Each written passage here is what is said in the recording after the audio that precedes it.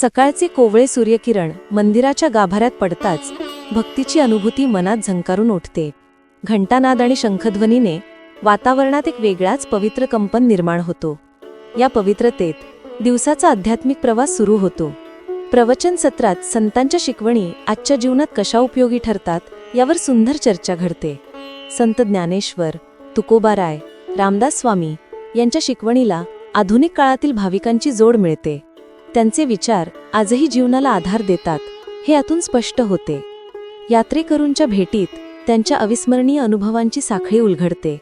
पहाड, नद्या, जंगल पार करून मिळालेले देवदर्शन आणि त्या क्षणातील भावनिक परिवर्तन हे ऐकताना प्रेक्षकही भारावून जातात.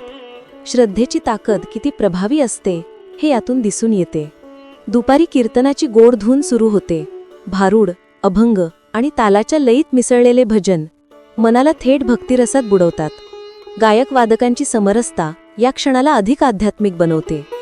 कार्यक्रमाचा शेवट प्रसाद वितरणाने होतो, जिथे भाविक एकमेकांशी प्रेमाने संवाद साधतात. भक्तीचा प्रकाश सर्वांच्या मनात राहावा यासाठी या संवादाचा मोलाचा वाटा असतो.